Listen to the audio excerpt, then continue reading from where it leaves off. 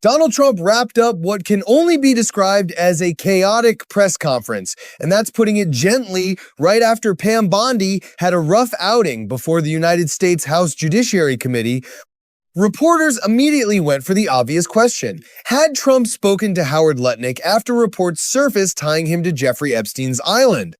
Despite past claims he hadn't been in contact with Epstein since 2005? Trump's answer? Not exactly confidence-inspiring. Yeah, please. Mr. President, were you aware that Secretary of Commerce visited Epstein's island, and do you continue to have... No, I wasn't aware of it. No, I didn't. I actually haven't spoken to him about it. I wasn't. But from what I hear, he was there with his wife and children. And I guess in some cases, some people were. I wasn't. I was never there. Somebody will someday say that. I was never there.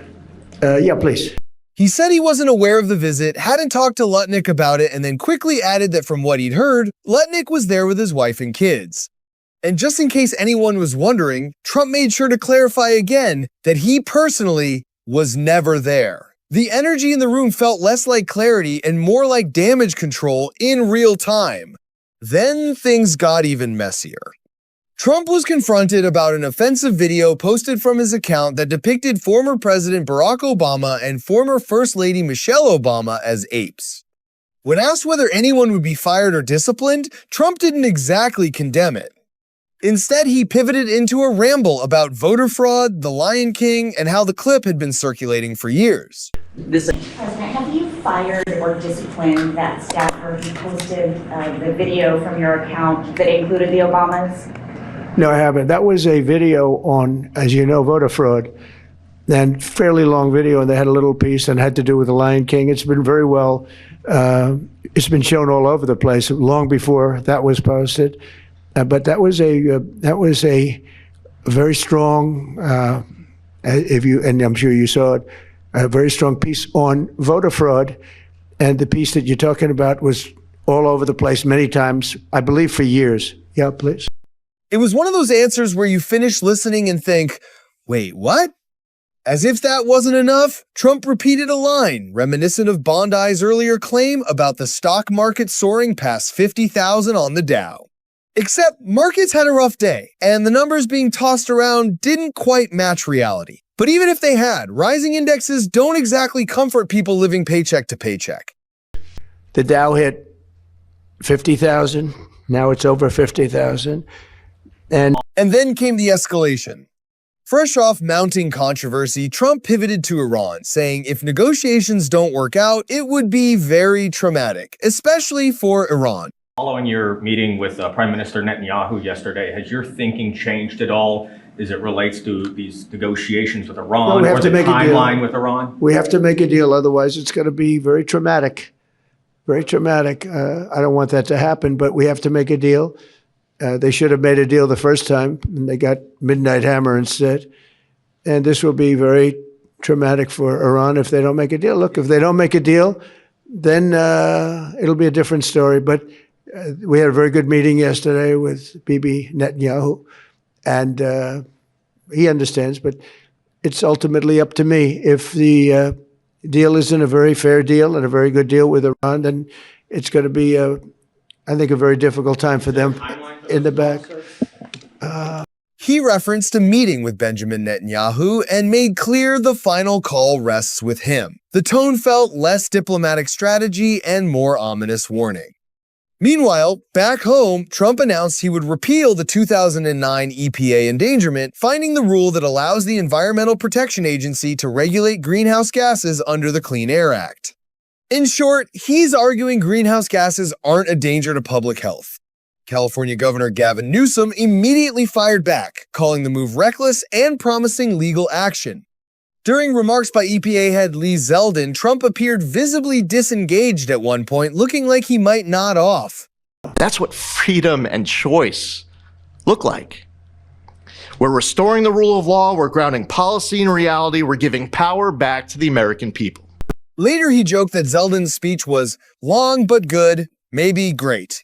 He also claimed Republicans are doing more for healthcare than anyone ever has, touting a most favored nation's prescription drug pricing plan, while critics argue previous policies have weakened coverage. Protections. And because no Trump presser is complete without it, he took another swing at Obama, revisiting long-standing grievances over environmental regulations. And Biden, and let's say Obama started it and got it rolling, and a terrible ripoff. They'll have more money to spend for health care, if you look at it. Now they can go out and spend it on something that's meaningful. And nobody's doing more for health care than the Republican Party. And that starts with the fact that prescription drugs are going to be coming down at numbers that nobody's ever seen before. They're falling. You know, we were paying the highest prices in the world by far, sometimes by 10 times more than other countries. Now we're going to be paying whatever the lowest price is anywhere in the world. We're going to be paying that. It's called favored nations, most favored nations. And I think it's the biggest thing to happen in this world. The world of medicine, prescription drugs, ever. There's never been anything like it, you know. Thank you, Lee. That was long, but good. It was good. Maybe I should say great. It was great. And we appreciate it for a lot less money. In 2009, Barack Hussein Obama, his EPA designated fossil fuels such as oil, gas, and other things that actually make factories rock and roll and other things drive very nicely as a threat to health and human welfare, known as the endangerment finding. This determination had no basis, in fact, had none whatsoever, and it had no basis in law. On the contrary, over the generations, fossil fuels have saved millions of lives and lifted.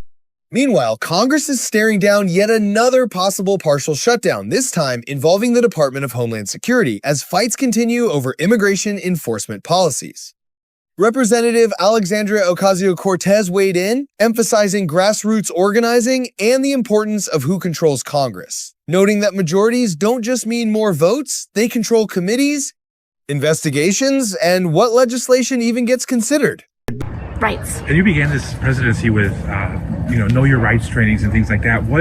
In what direction do you see the movement evolving in terms of stopping these abuses that are going on in the streets? Something that I think is so uplifting about what we've been seeing is the direct action organizing that we have been seeing on the ground. I come from a background of grassroots organizing, and I've always believed in a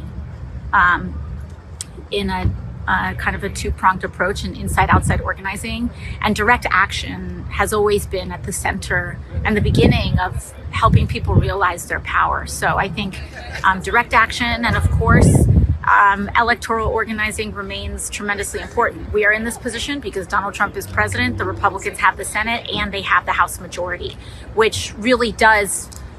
People think that Republicans having the majorities in these chambers just means they have more votes. It means they have control of every committee, every investigation. It means that they decide what gets voted on and what doesn't get voted on. And so who has the majorities in these midterms really genuinely does matter in stopping these wars. So that was the day. Epstein questions, stock market boasts, Iran warnings, environmental rollbacks, healthcare claims, shutdown drama, all in one press conference. If you're feeling a little whiplash, you're not alone.